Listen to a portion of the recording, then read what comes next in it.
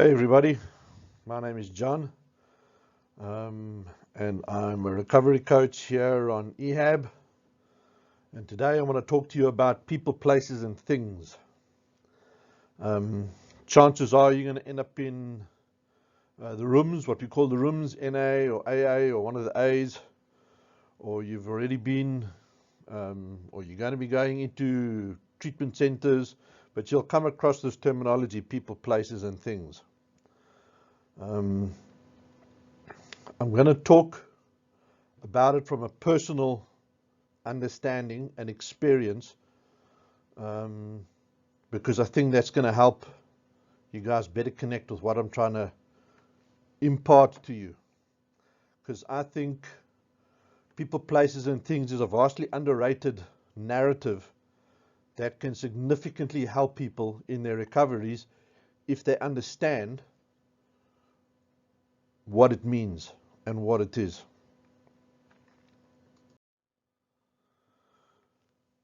So let me start with my story, a little bit of my story. I was clean, I will, for about 5 or 6 years before I ever came into a 12-step context, before I set foot in NA or AA. And I use the word clean loosely. I don't know if I would say I was in a significant recovery like I am now, but those early years, um, 5 or so years away from the last time I used to the first time I came into AA or NA and I came across this terminology. Okay, and at the time it was explained to me like this, and I'll go through each of them. People. Um, we've got to think about letting go of some people in our lives, some negative people, people who have a negative influence on us, people who drag us down, people who put us down, or whoever those people are. That maybe we need to disconnect from them for a while, or maybe even permanently. Okay, and for me, that was everybody. I walked into a homeless shelter April 19, 1998. Okay, I got clean in a place called the Ark, which is a big homeless shelter. Clean. Um, with drugs and alcohol all around me. Gangsters and dealers. It was in the middle of a township. Um, it was all around me. That's where I found myself, weirdly enough. But let's come back to the people. I'm what people would call a culturally enmeshed addict. It means you couldn't separate me from my addiction in on any sphere in any way. I had created an identity that included the drug culture. I was making a living um, from the drug culture, and for a long time. Okay, um, I made a career out of making money out of the drug culture. So for the longest time, I never had a straight life or a normal life that I slowly drifted out of. I joined the culture at a very young age and become culturally enmeshed um, my whole life prior to recovery. So for me, people was everybody. There were no exceptions. I was already estranged from my family for many, many, many years. But all of my friends, all of my acquaintances, all my associates, that was everybody. I had to dump everybody, and I knew this. Um, when I heard this terminology, people, places, and things, when I heard the people part, it was all like, duh. I mean, how do some people struggle to conceptualize this idea? So it was easy for me. Well, not easy, but people, I understood that. I knew that being in the ark, in a homeless shelter, locked in. The pastor that was looking after me there, Pastor Brian, he locked me in. He didn't let me go anywhere. He didn't let me out. I think the first time I risked venturing out of the ark was maybe after 8 months. But that's another story. So I dumped everybody. Places was explained to me, all the places where I used, all the places that remind me of using. Anything to do with my using culture. And again, that was a no-brainer for me. I knew that. At the time, I didn't need anybody to tell me that. I did struggle because 1996, I think, was Nelson Mandela was just being voted in or was about to be voted in. The sanctions were dropped. And my big thing was that I loved to do was live bands. And all the big bands were starting to come to South Africa because the sanctions had dropped. I can't remember which band was in at that time. It might have been U2. Anyway, that's beside the point. But I can remember sitting in the ark and really, really so badly wanting to go to this concert. Okay, I've been wanting to see this band live for the longest time. One of my favorite bands. And it was a significant wrestle for me. I was sitting on my bed thinking, in that ambivalent place: should I, shouldn't I, can I, can't I, must I, mustn't I? But I knew if I sneak out of the ark and I go to this concert, there's going to be lots of people there that I know. One thing's going to lead to another. There's going to be drugs. There's going to be alcohol. There's going to be party. It's not going to work. It's not going to be a good idea. So I made a very reluctant decision to stay and not go to this concert.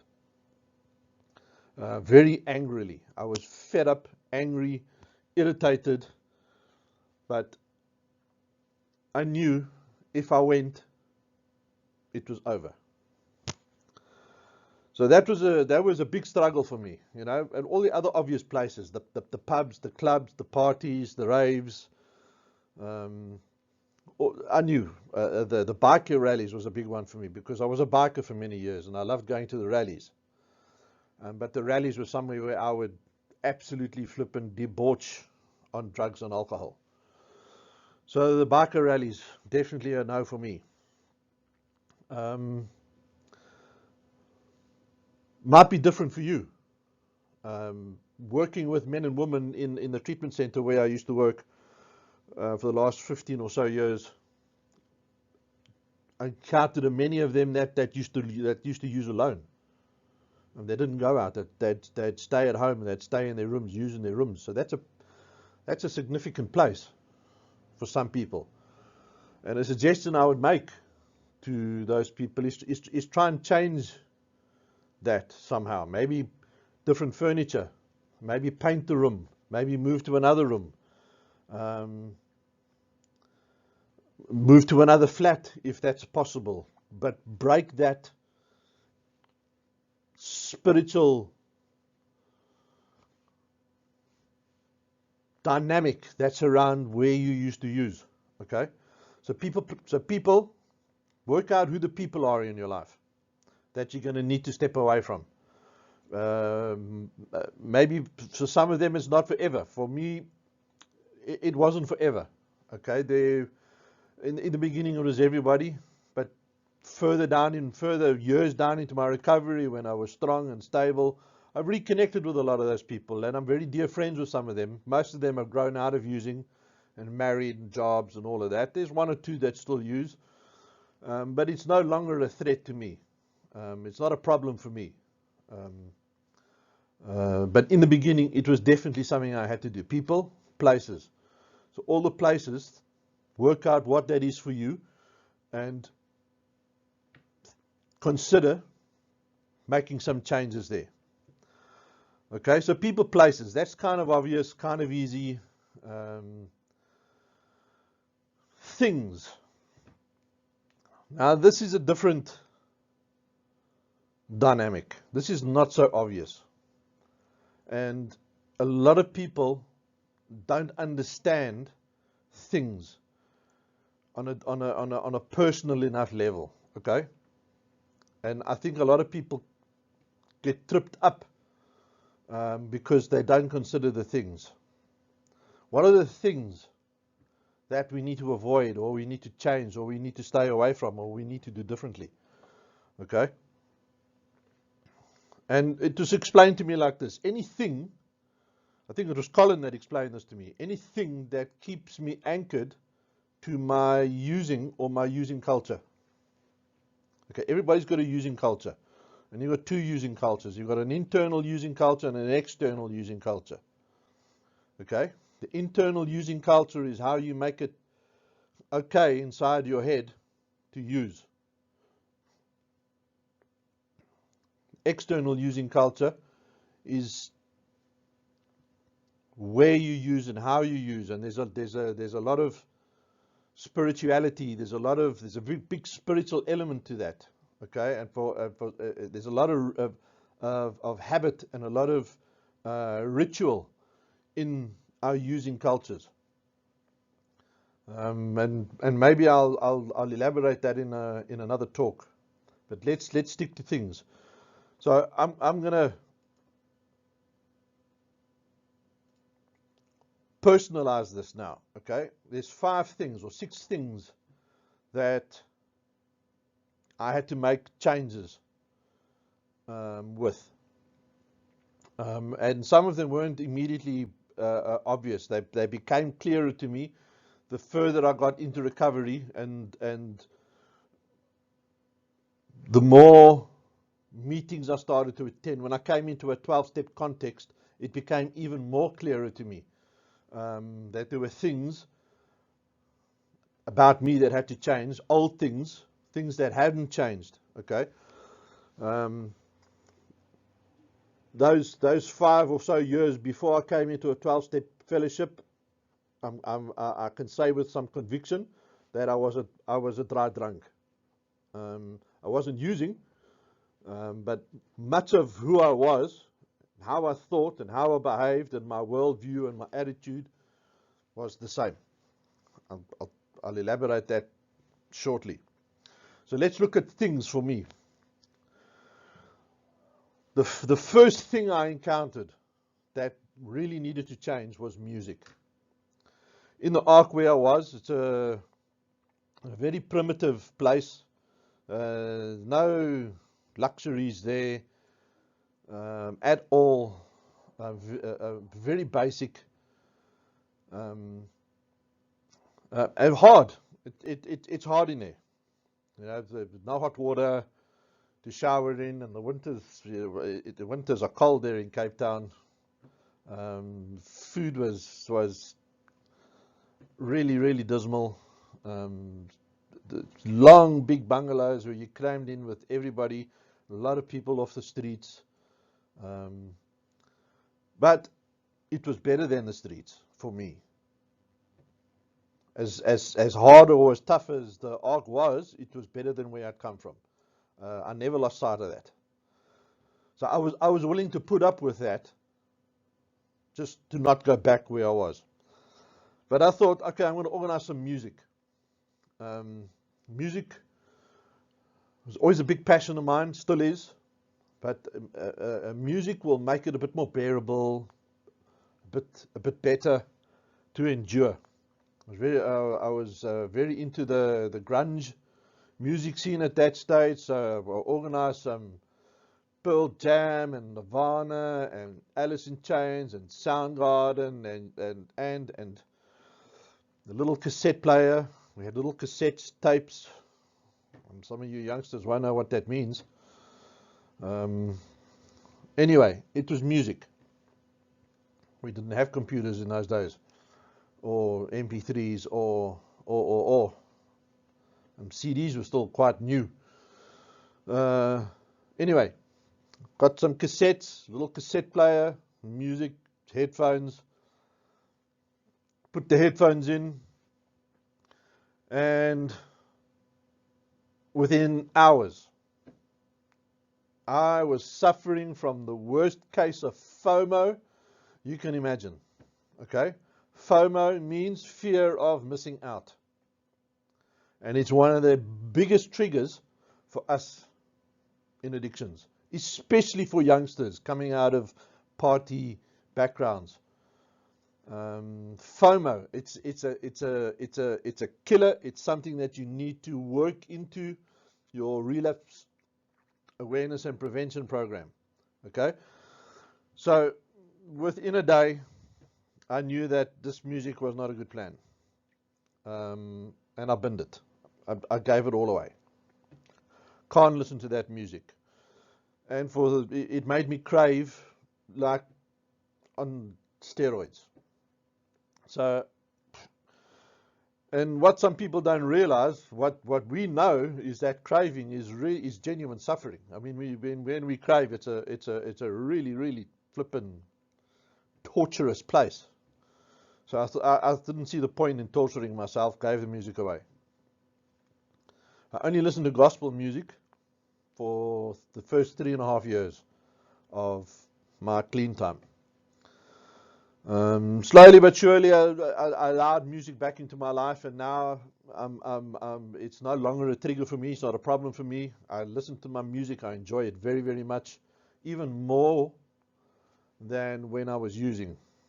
And I didn't think that was possible. I thought the using made the music better, and I was wrong. Okay, being sharp, being clean, being present has made the music much better. Okay, so think about that one. The next thing for me was my uniform. Some of us have uniforms. For me, for many years, 20, 25 years, I flitted between the punk scene, the metal scene, the grunge scene, the biker scene. So I had a uniform, steel toe biker boots, Levi 501s, a t-shirt with a band embossed on the front, or something cool cut off to show my tattoos, lots of earrings, jewelry, rings, necklaces. I used to have big chunky rings with sharp edges, because they were good knuckle dusters. Leather jacket, or a leather cut with my biker colors. You get the idea. I binned it. I knew that going backwards was not an option. Going back to anything in my past or to how I was just wasn't an option. I didn't have the terminology that I've got now, but at the time I didn't see any point in dressing up like a thug, trying to impress a whole bunch of homeless people. And I binned the uniform. And for years I lived in sneakers and tracksuit pants and t-shirts. The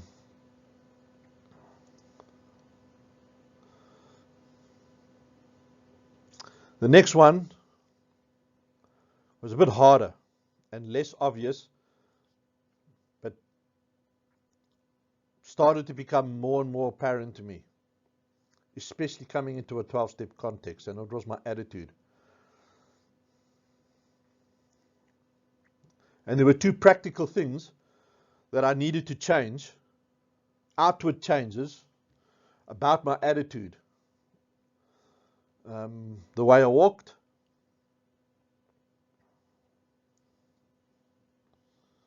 and the way I talked. I used to walk with a limp and a rolling of the shoulders, you know, that badass, and with a 1,000-yard stare, you know. You walk into a room, you know, and there's that pause as you slowly scan the room, you know, with that look on your face that says, "Don't mess with me." You know what I'm talking about. You've probably, some of you have got your own version of this. I had to change that. Early on in those days, this Pastor Brian, he said to me once, change everything. Change everything. He said, if you brush your teeth with your left hand, brush it with your right hand. And at the time when he said that to me, I thought, idiot. What the hell is he talking about? Later, I got it. It made sense to me. So, my attitude, the bad guy attitude, the way I walked and talked, the way I spoke, I use the F word like a comma.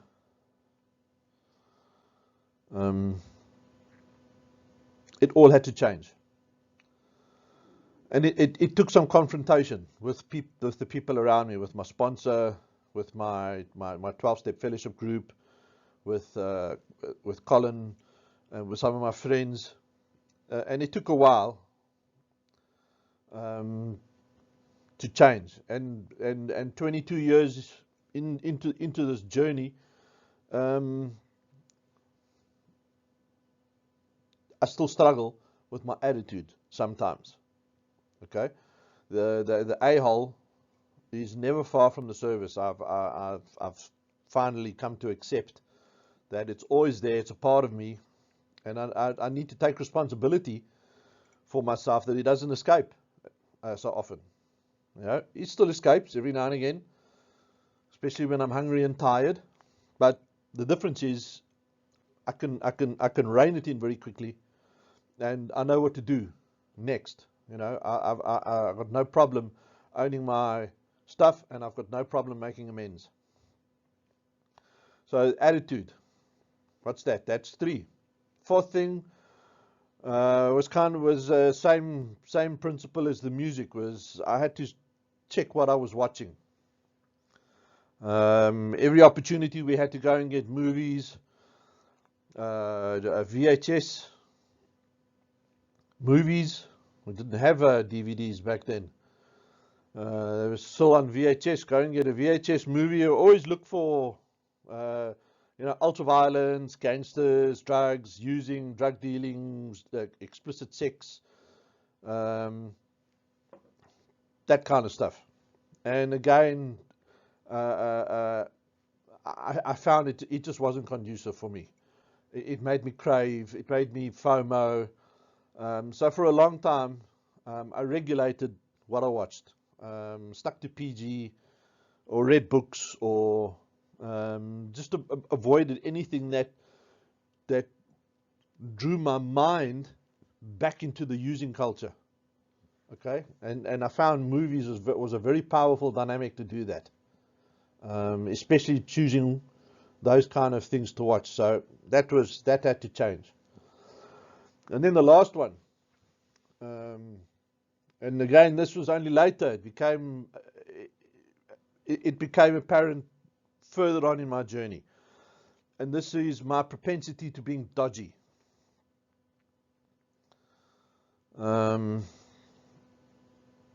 Willing to massage my honesty levels, willing to massage the rules, break a lot of rules, make myself above a lot of rules, special and different. I don't have to, obey these rules. The rules are beneath me. There was a lot of contempt in my attitude and in my demeanor, which had to go. And again, this became more and more apparent through conflict. A lot of conflict with my peer group, with my sponsor, with Colin, with people. The propensity to being dodgy. I was very cunning and manipulative, and I was willing to con people and hustle. If I saw people if I saw somebody that had something that I liked, especially in the arc, like a cool T-shirt or a cool pair of shoes or something, I'd make it my mission to acquire those, and it usually I'd eventually wear them down where I'd get their stuff. Okay? So there was a dodginess in me that had to change. And in those, when I came into a 12-step fellowship, I'd met Colin Garnett, and he was running a rehab with a couple of other guys in Observatory, Cape Town, called Beth Rafa. Now, it was a street rehab. So a lot of people that couldn't afford to go anywhere else, a lot of heroin addicts, a lot of alcoholics, ended up at Beth Rafa. And I started attending groups at Beth Rafa. I started doing step work, presenting my step work in groups, doing group sharing and other therapy work. Because I wanted to. I wanted to grow. I wanted to be better. I didn't want to be dodgy. I didn't want to be, I wanted to be different. I wanted a new normal. And I found a lot of that hope and a lot of those tools, and my journey really began, I think, in that rehab with those guys that I was sharing my stuff with. Even though I'd been clean for however many years, I think my real recovery started when I started going to AA and NA, and when I started doing step work and attending groups at Beth Rafa. Now, I was introduced to a narrative at Beth Rafa called the 2 Sugar Rule, which significantly helped me deal with the fifth thing, my propensity to being dodgy, okay, my lack of integrity. And it's a principle that is still active in my life, that I still practice in my life today, 22 years in. It's something that I teach to everybody I come across. Been teaching it at the rehab where I worked, Bethesda Addiction Treatment Center, for the 15 or 16 years that I was there. I teach it to my friends. It's a very simple concept, a very simple rule. Okay, you're only allowed 2 sugars in your tea or coffee at any time. And our whole program at Bethesda was built on this 2 sugar. If you boil the whole program down to its last nut and bolt, it's the 2 sugar rule. And the 2 sugar rule is about integrity, secret integrity. What are you going to do with the sugar when nobody's watching?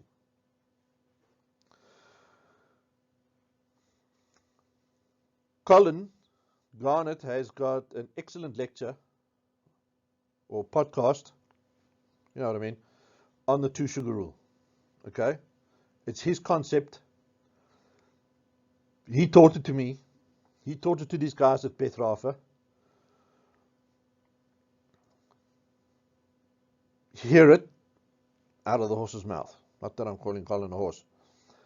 Sorry, Colin. Really, I cannot emphasize this more strongly. Nip over to Colin's channel and go and have a look at the 2 sugar rule. It's a game changer. It's a checkmate move. It fundamentally revolutionized how I do so many things. And it's an accountability check mark that's unwavering, uncompromising, and has never let me down.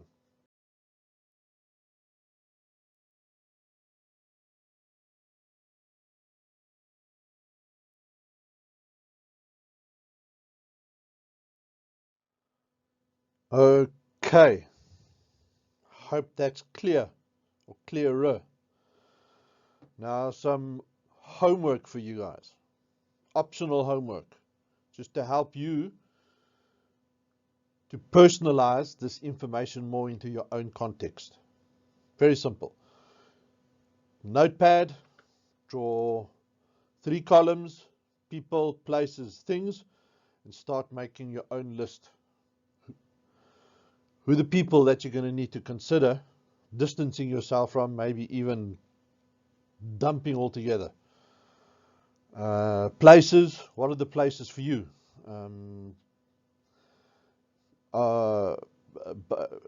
pubs, clubs,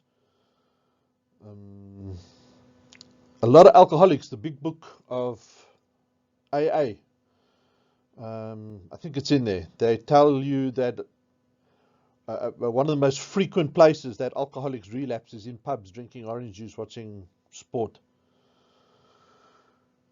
So think about what are going to be the places for you. Where is going to be the most risky places? And you might not be able to avoid all of them. So think about something pragmatic, something practical that you can do with a place that you can't avoid. And like I suggested earlier, maybe think about moving to a different room, painting, different furniture, getting rid of posters, taking down all the paraphernalia. Whatever it is, work it out. And then things. Start listing the things that you can start identifying about yourself and in your environment and in your arena that needs to start changing. Okay? Please feel free to email it to me or comment in the comments below. I love to hear how people are conceptualizing what they hear and listen in lectures. So I'm very keen on hearing from people. So my email address is johnstewart@ehab.care. I'll put it in the comments below. Not in the comments below, in the little profile thingy at the what do you call that? Anyway, it's YouTube. You'll find it.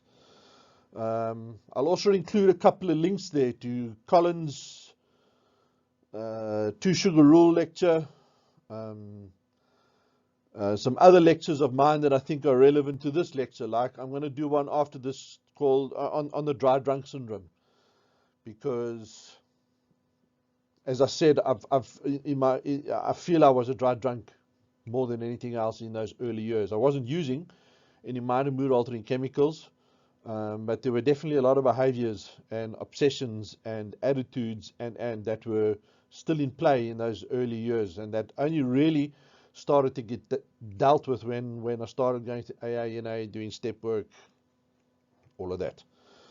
So thanks guys, that's it. I hope to hear from you.